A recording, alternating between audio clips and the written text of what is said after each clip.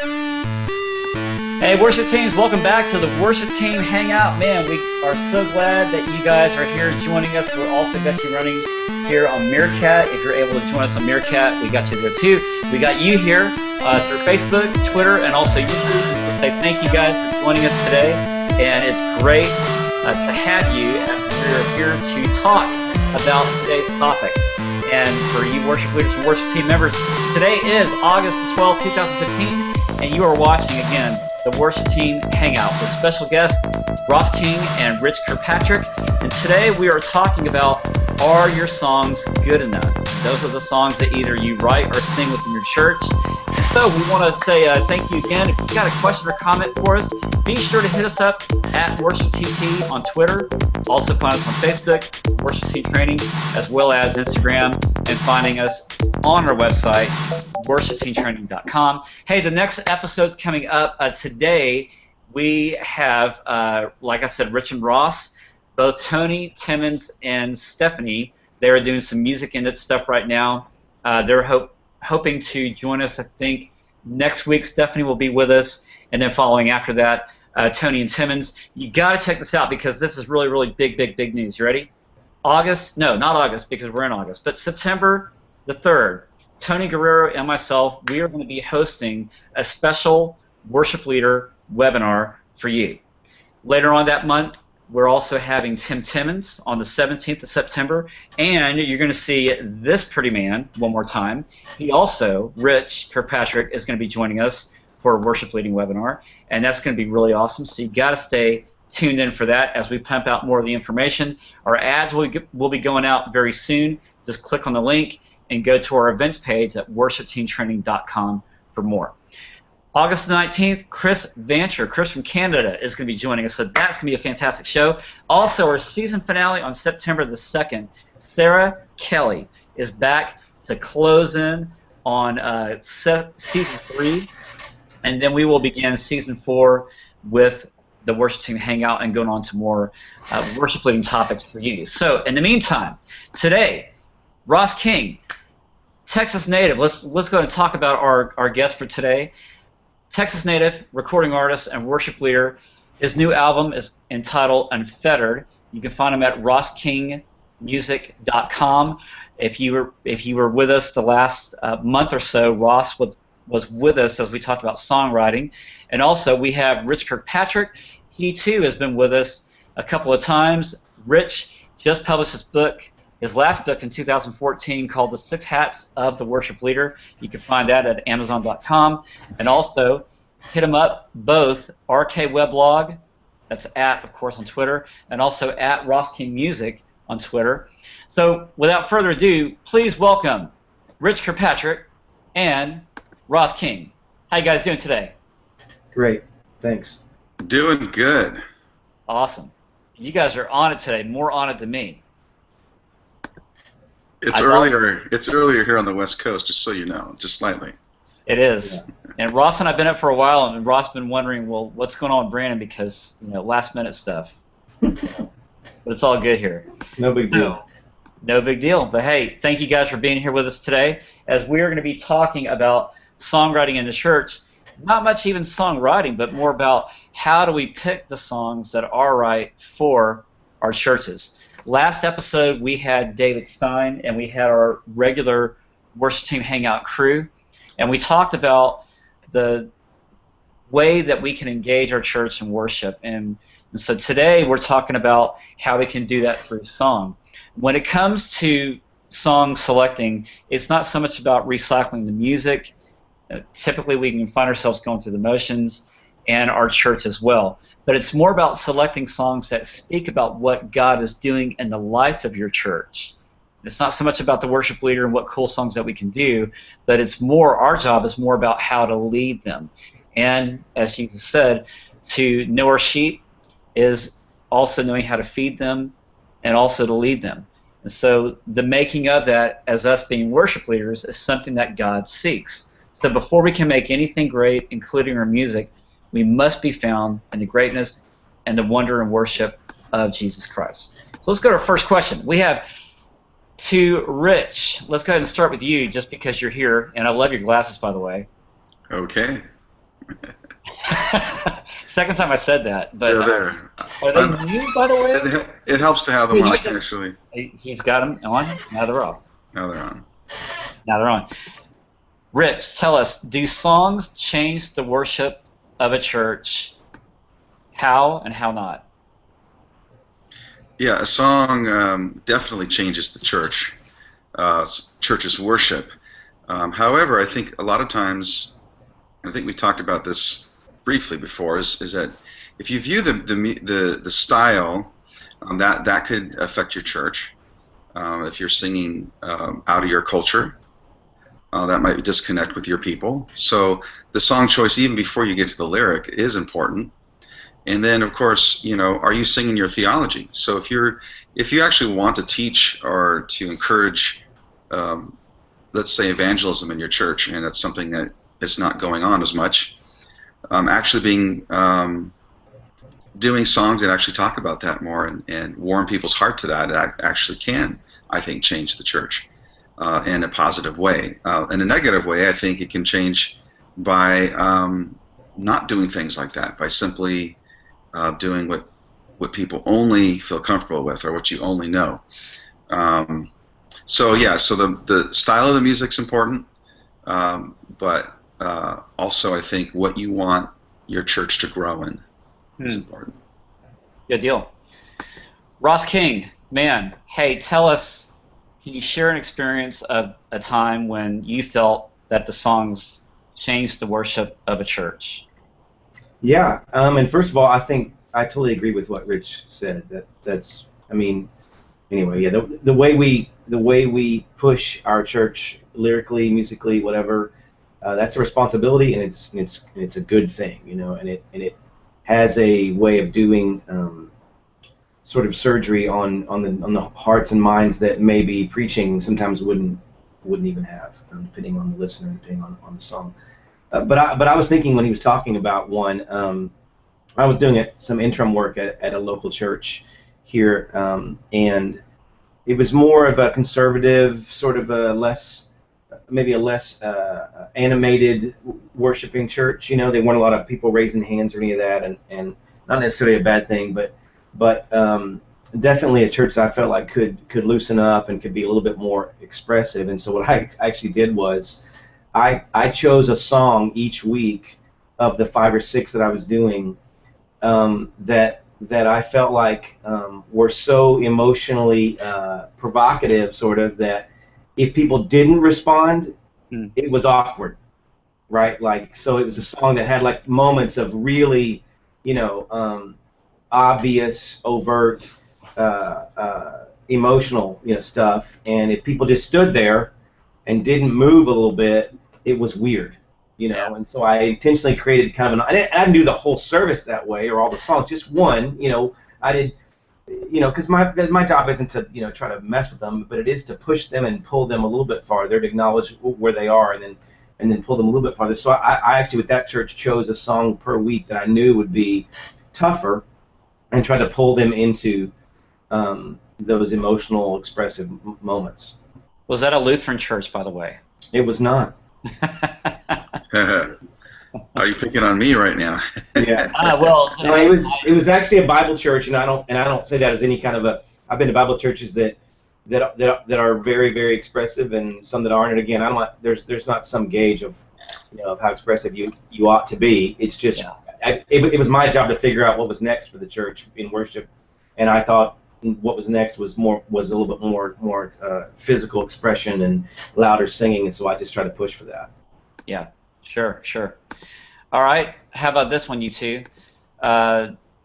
We know that songs can be subjective, if they like it or not, but yet, how do you know, or maybe how do you encourage worship leaders to know if that song is the right one when they hear it? Rich?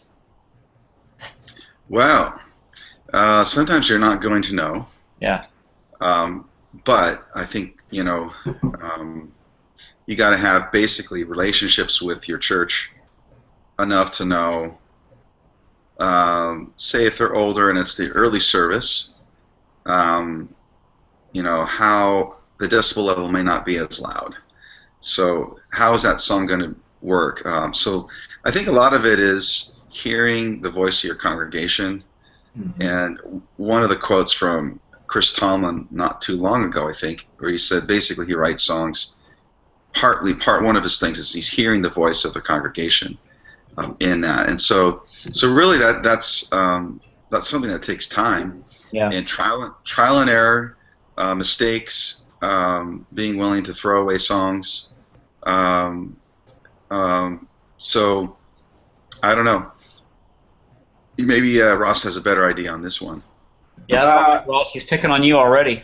Yeah, no, I don't. I mean, I agree that it's about knowing your people. Context is everything. Yeah, right. I mean, I would say that there are probably three ways that I approve a song. One is that it, and this is the most organic one. It just moves me, you know, and I think, man, I'm worshiping my guts out listening to this song. I really want my people to have that same experience that I'm having, right? I mean, I'm among them, so I'm not other. You know, hopefully their heart for worship is similar to mine because we're walking through life together, and so it's something that's going to move me. Probably, likely is going to move them. That isn't always true. I mean, I echo what Rich said, that you can't always know, and I would even go farther and say you can almost never know, right? I mean, until you try it out, you know, and but I would say one, you know, is I see what moves me. Two, I see what's moving the church at large, you know, and sometimes that's different than what I even like. I mean, worship leaders play some songs that they don't love. I mean, that's part of our job. It's not just, and sometimes in doing that, I end up loving them, right? I see the church, Yeah. see the church respond and go, oh, there it is. That's what everyone's talking about. And I think the third way is probably the most kind of pragmatic or logical way, which is I run into a song that fills a gap that I think is a gap in our worship. So we don't have enough energy in our worship. This song's got a lot of energy. We don't have enough theology in this area, and I know that our teaching and our growth as a church is in this area. So I grab hold of that, you know, or I feel like we need to repent more. I feel like we need to rejoice more. You know, those kinds of things. I mean, really practical stuff, you know. And that doesn't make the song great, but I think honestly there's times when you can embrace a song based on content, and it can be a song that you would score as a 6 on its great songness, right? But as a needed thing, it's all you got. And so you say, I want to sing this idea, and we're going to deliver it as good as we can. It's probably not going to be a favorite for us, but it's a necessary piece of the sort of doctrinal and life puzzle, you know, that your church is trying to put together. I don't know if that makes sense. Yeah, that does make sense. Rich? So I was going to say, a lot of times there's pressure. People bring songs. People have preferences, and so, you know, us as worship leaders trying to address that is important. I remember very clearly a pastor at my new church. One of the reasons he really liked me is because he liked the CD that I put together, which wasn't just my church. It was a multi-church live event that had about 1,800 people, mostly young people, who were very exuberant in their response to what we were doing on the worship team, which was, our band was great, but it, you know, really we captured, the producer really captured the room so well that it was really nice memory. And so the pastor says, you know, here's the CD, Rich. How do we, you know, tell me how we're going to get this here. What he didn't understand is the idea of context, that we were talking, you know, church that had a lot more older people. We're talking about Sunday morning, an event where people come to where they actually desire to come there. It's not a church, you know, where you have Sunday morning church where some folks on the range from, I don't know why I'm here, I was forced to come here by my spouse, so forth. So in picking the music and the expectations of what that song is going to do, I think one of the barriers we have is the context. A lot of the music that we want to choose, and even that we're moved by sometimes, we have to be careful about the context. I go to a Hillsong event, it's amazing. It's like it's a stadium, you know, there's wonderful lights, it's all cued in the in-ears, and everything's just perfectly done. They've done it about 400 times. Right. But for me, it's the first time, and it's beautiful. So how is my church? Maybe it's 200 people, maybe there's 100 people in the room. maybe there's 50 people. How am I going to take that song and also translate it to the context? And that's something that's a big barrier. It's really hard to figure that one out. Well, you brought up a really good point. I love what you said when you held up the CD and the pastor said, "How do we get from this to this?" How do we, though, as worship leaders, not let the CD or the MP3 govern the worship or be the model? How do we, or do we? Do we sway away from that, or what's your thought there? Oh, if my worship team has to do it, and it's not an 8-piece group. I'm in an A-frame building with 50 people. I have a subwoofer at least. That's good. But I'm just saying, how am I going to translate this experience without the fog machine and the stadium? So really, what's important is to take it into my context. A good song should be able to translate to both.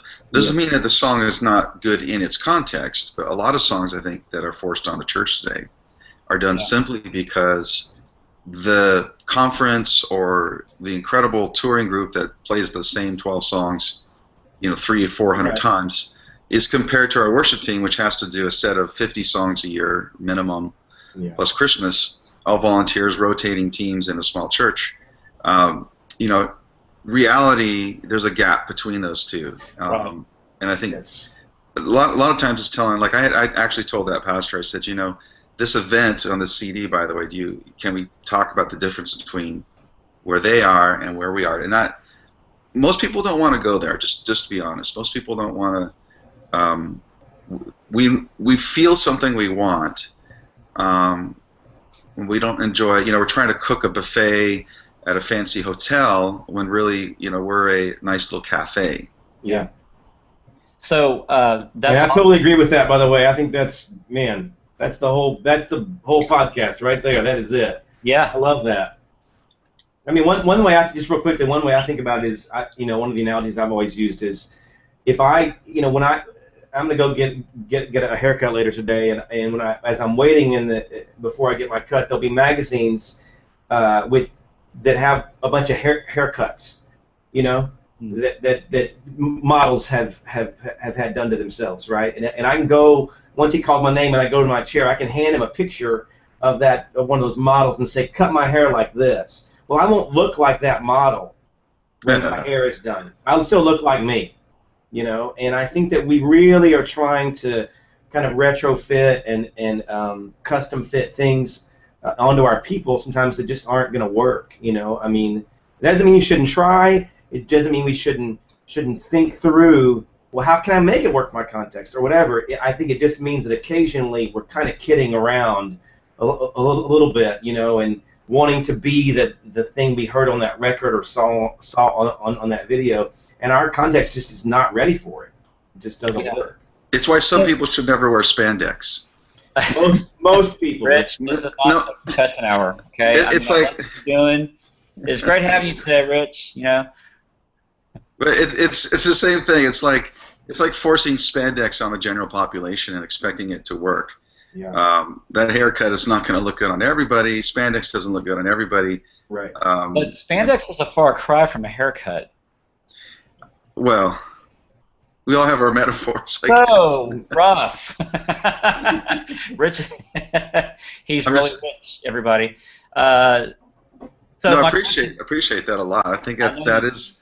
I know you do, and that is like in a good hair dresser is going to see what will work for you. Right. I mean, what your head shape is, your face shape is, and they'll say, well, yeah, that one.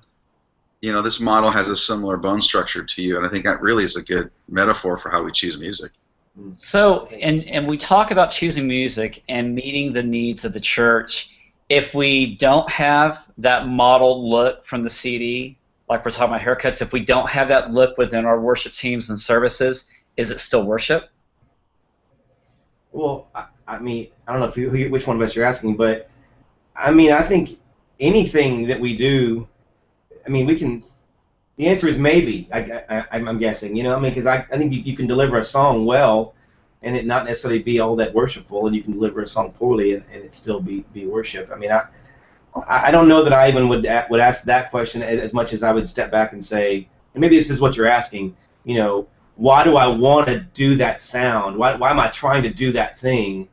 If I really believe that what I saw and heard in that presentation of that song would help my people, then great, go for it. But if I just, but there, it's really hard. I mean, there are some songs that I can't watch the YouTube video because I love the song and then I watch the way that the leader kind of handles himself. And this is my own issue. I'm not saying that I know their heart, but I look at it and go, that guy's just being a rock star. And then I lose affection for the song because of my own heart and because of what I perceive as maybe not a very worshipful way to deliver the song. But I do know it's hard for us to not be influenced by those things. I mean, if you go turn on a video by any of these major, sort of players in this thing, Bethel and Hillsongs and Passion and all that, no one's ugly, no one's dressed uncool. It's extremely cool, and it's hard to extrapolate that from, is this a song that glorifies Jesus, right? I mean, but talk about a gap. I mean, those two things are pretty far apart. Right. I may have just sent us on a no, that's good. On rabbit. Yeah, that's what I'm looking for. Rich, go. What's your thought?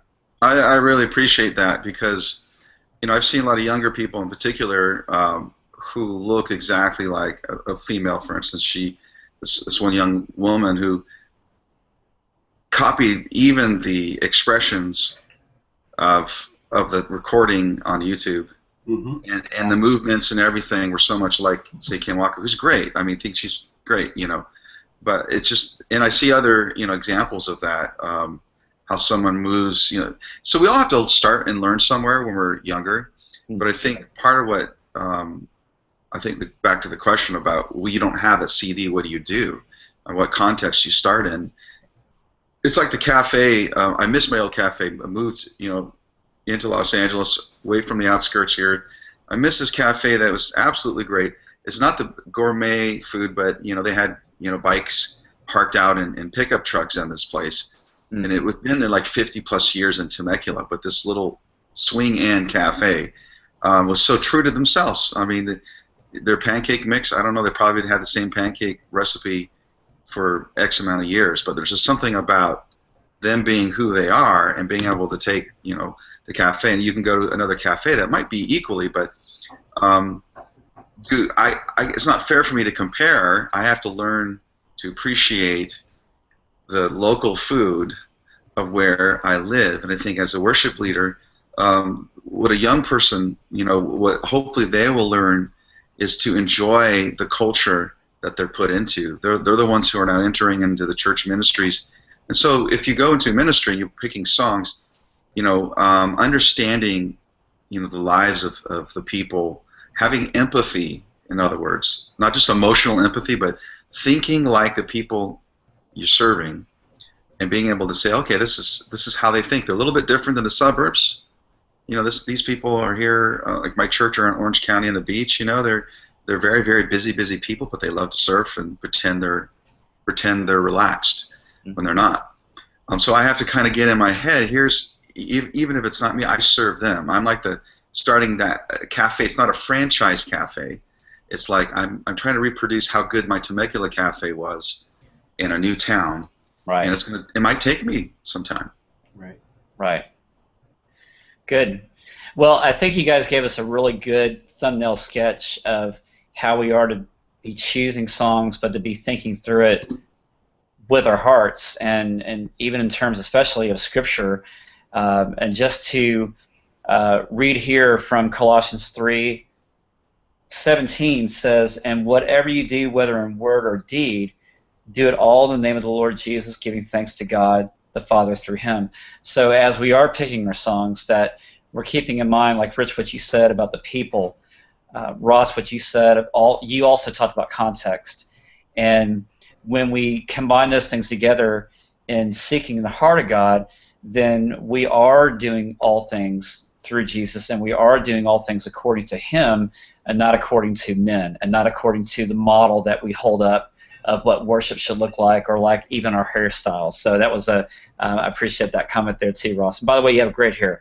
And Ross also, yeah, and Ross, help me with this. Rich, I just want to know one thing: is it fact or crap? According to your game, that's right behind you. I was worried about my messy office, and I was like, at least Rich has crap in the full view of the camera. Yeah, he does. He's got crap back there. He's got pseudo profanity on his wall, so I'm okay with my dirtiness over here. I'm hoping that game has not ruined my family, our children's experience growing up. It's giving me more respect for you, so I guess we're good. That's right. It's actually that's one of our more favorite games that we have. Let's just say that Rich is not afraid to put it out there. So there you go. Well, I put it on a shelf, fit right there on the shelf. I'm sorry. Ain't no crap about that. So guys, hey, thanks for joining us, Rich. Again, pleasure to have you back on. Thanks for your time and your heart. Ross, thank you as well for joining us this morning. Hey, Rich, it's great to meet you, man. Likewise, Ross. Yeah. Well, these guys are incredible, and be watching for more stuff coming out as we have Ross back and also Rich back, as well as August the 19th, Chris from Canada, Chris Vancher. It's going to be awesome to have him on talking about worship leading. September the 2nd, season finale with Sarah Kelly. Also, remember, our webinar debut, September the 3rd with Tony Guerrero, and also September 17th with our very own Tim Timmons. So other than that, we hope you guys have had a great time. We've enjoyed your comments coming in through Twitter and also on Facebook before the show. Keep those rolling. If you have anything else that you want to add or question, hit us up at WorshipTT. Be sure to visit us at worshipteamtraining.com. Check out our mentoring, check out our workshops, and what we can do for you and your worship team. Until then and next time, Rich and Ross, thanks again for joining us. Y'all have an outstanding day. And for you guys at home as well, thank y'all. And have an awesome step in your week following God's call ministry. See you guys next time. All right. Thanks.